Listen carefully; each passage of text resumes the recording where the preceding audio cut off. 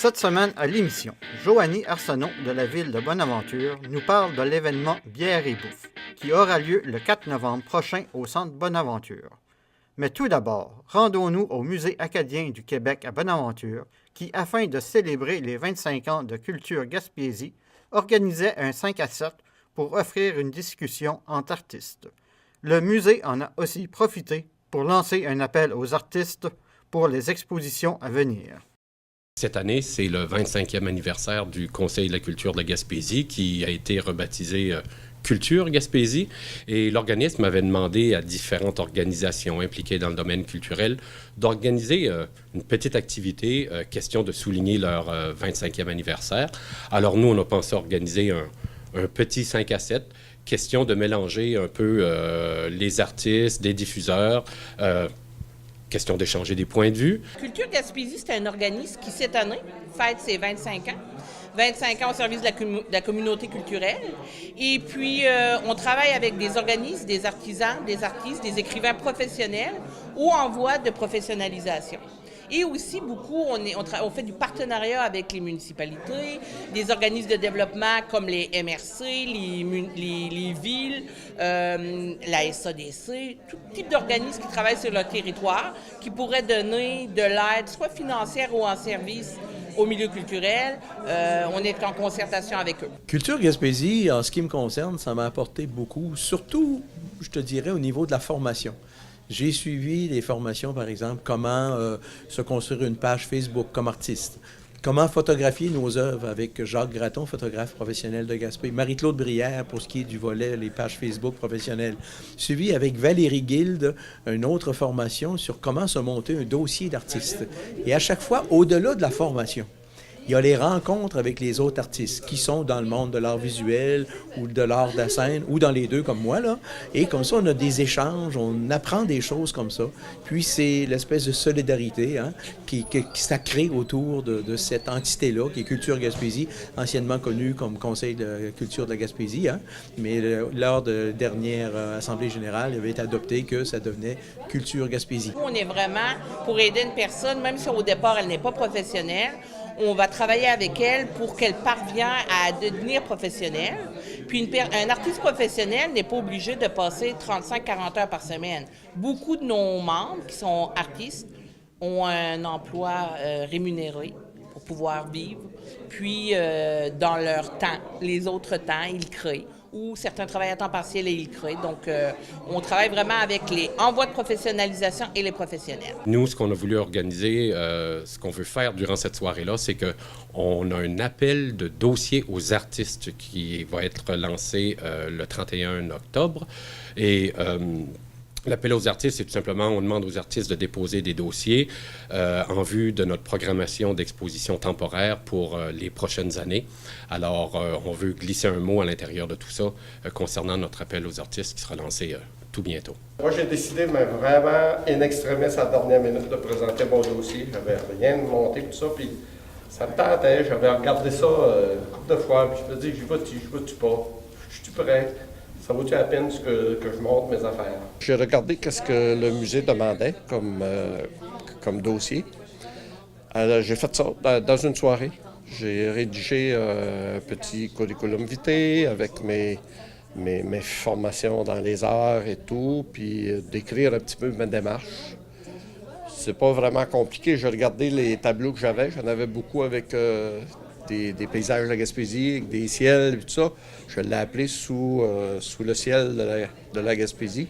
Alors, j'ai présenté ça, mais c'est pas très élaboré, très succinct, sur une page ou deux. Quand c'est la première fois que tu fais une sortie publique là, avec tes œuvres, tout ça, puis tu les montres à monsieur, madame, tout le monde, je craignais ça un petit peu, mais je pense que c'est un peu normal aussi.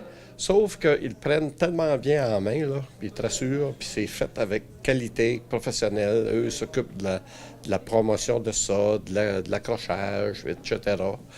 Puis moi, j'ai trouvé qu'ils étaient des bons guides. Quand on a eu le vernissage, d'abord, j'ai trouvé qu'il y avait eu beaucoup de monde. Puis j'ai vendu beaucoup de tableaux aussi. J'ai été le premier aussi surpris de ça. Mais vraiment, le fait d'avoir été choisi par le musée pour exposer, ça a été pour moi vraiment de très grande aide.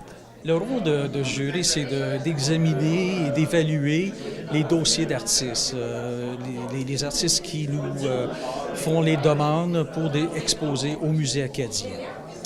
Donc, avec des critères déjà établis par le musée acadien, un comité d'environ 5-6 personnes ont fait la sélection. Une pré-évaluation de chaque dossier et ensuite on se rencontre en comité pour discuter et évaluer ensemble. Dans mon cas, ça m'a donné des bonnes tapes dans le dos pour aller plus loin. Puis cet été, j'ai participé à un symposium, entre autres. Puis j'ai eu une reconnaissance là, des artistes professionnels qui m'ont dit écoute, vas-y, continue, tu présentes un bon travail, une belle qualité, tout ça. Et j'ai même été choisi pour exposer dans un musée l'été prochain. Donc, pour moi, c'est plus que ce que je m'attendais. Mais c'est le départ, ça a vraiment été l'amorce, là, ça s'est fait ici, par le musée acadien. Faut pas avoir peur, faut pas regarder le musée, une institution fermée, inaccessible. On est là pour essayer de vous épauler dans vos projets. L'invitation est lancée à tous les artistes, que vous soyez professionnel ou aussi en voie d'être devenir professionnel. C'est sûr qu'on vise une certaine qualité et contenu. C'est quand même, on prend ça au sérieux. Mais c'est sûr que de ne pas avoir peur de faire, de poser votre demande pour exposer et je dirais de répondre aussi à l'appel si les artistes ou l'artiste est sollicité pour être sur un comité de jury. Très belle expérience. Culture Gaspésie a lancé un appel à tous les candidats à la mairie de parler de culture parce qu'on avait trouvé qu'aux dernières élections, on en parlait très peu. Je disais on serait gagnant seulement si on parlait. J'ai dit, vous pouvez en parler publiquement via les réseaux sociaux, mais parlez-en aux gens autour de vous.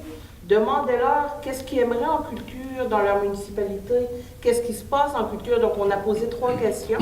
Pour l'instant, ça répond un peu, mais ça répond pas partout. On sait que c'est pas le cheval de bataille économique de la plupart je dirais de la plupart parce qu'il y en a certaines qui ont une très grande ouverture au niveau de la culture. On a particulièrement 3 services. Le premier est la diffusion, donc la diffusion du travail de nos membres, mais aussi la diffusion de toutes les activités culturelles sur le territoire pour stimuler ce qui se passe en Gaspésie.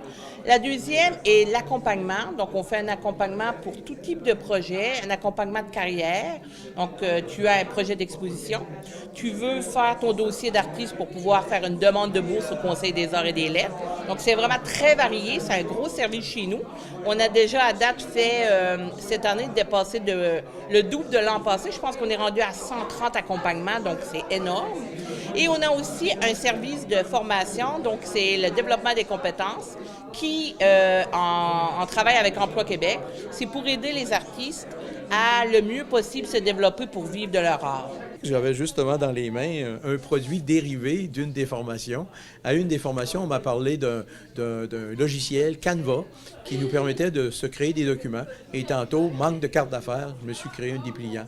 Voilà. Alors, c'est une retombée directement positive de Culture Gaspésie. Premièrement, notre premier grand pas a été, lors de notre AGA en juin, notre changement de nom, de logo, d'image.